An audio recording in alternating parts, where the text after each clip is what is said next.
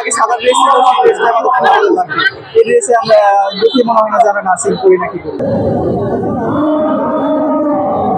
আমাদের মূল দাবি হচ্ছে যে নার্সিং ও মিডওয়াইফারি পার্সোনাল মানে সেক্টর তো অন্য সেক্টরে নিয়ে যাওয়ার যে অপব্যবহার চলছে সেটা বন্ধ করতে হবে। সাথে নার্সিং কমিটি গঠন করতে হবে। নার্সিং ইন্সপেক্টর এবং নার্সিং সুপারভাইজার পদগুলোকে দশম গ্রেড থেকে নবম গ্রেডে আনতে হবে।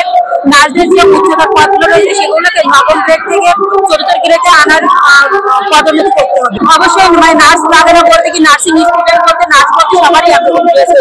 তো হসপিটালে যাওয়ার পরে এগুলো তো কখনো মানে কোনটা নার্স বা কোনটা স্টুডেন্ট কখনো সেটা বুঝতে পারা যায় না, যার কারণে ইন্টার পাস করে ইন্টার শেষ করে অ্যাডমিশন করি। অ্যাডমিশন করার পর হচ্ছে 3 বছর ডিপ্লোমা করি এবং ইন্টার্নি কমপ্লিট করি। ইন্টার্নি কমপ্লিট করার পর যে সার্টিফিকেটটা দেওয়া হয় সেই সার্টিফিকেটটা হচ্ছে ইন্টার সমাপনী মান।